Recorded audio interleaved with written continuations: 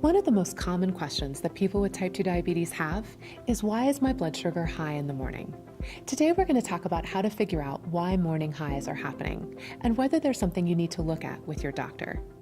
The first and most important question to ask is, was your most recent A1C test result at or below your target?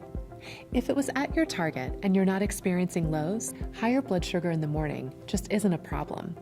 If your A1C was in range, morning highs aren't long enough or frequent enough to be something that's compromising your health. Now, if your A1C is higher than your target, morning highs are something we need to pay attention to. So the next question to ask is, what is your blood glucose at bedtime? Check before you go to bed, at least 4 hours or more after eating a meal or snack. And then when you wake up the next morning, check again. Here's what we need to look at. How does your bedtime blood glucose compare to your morning blood glucose? If your number at night is the same or higher than your morning number, then lowering your blood glucose at bedtime will probably lower your morning numbers also. Here are a few suggestions on how to do that. 1. Change what you eat at night. You might try eating less food overall or eating fewer carbs. Get a little exercise in the evening. Even a short walk after dinner can help lower your blood glucose. And last, talk to your doctor about changing your medications. Starting a GLP-1 medication or taking fast-acting insulin at supper are both good options. Now, if your morning blood glucose is higher than your bedtime blood glucose, here are 2 things that may help. 1, make sure that you're not eating a large bedtime snack. This can cause your blood glucose to rise while you're asleep.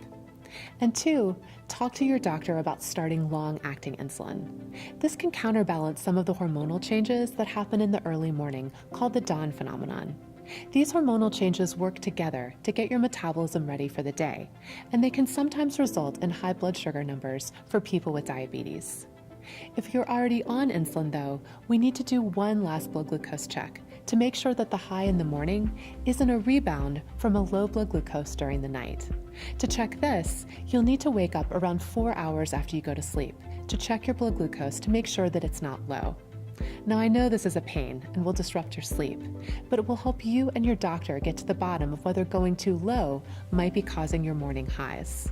You don't need to do this regularly, only when you need to make sure that you're not going low during the night. So now you know how to be a diabetes detective and figure out what's causing morning highs. Here are the questions to ask. Is my A1C at target?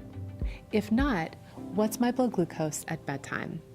And is it higher or lower than my blood glucose the following morning?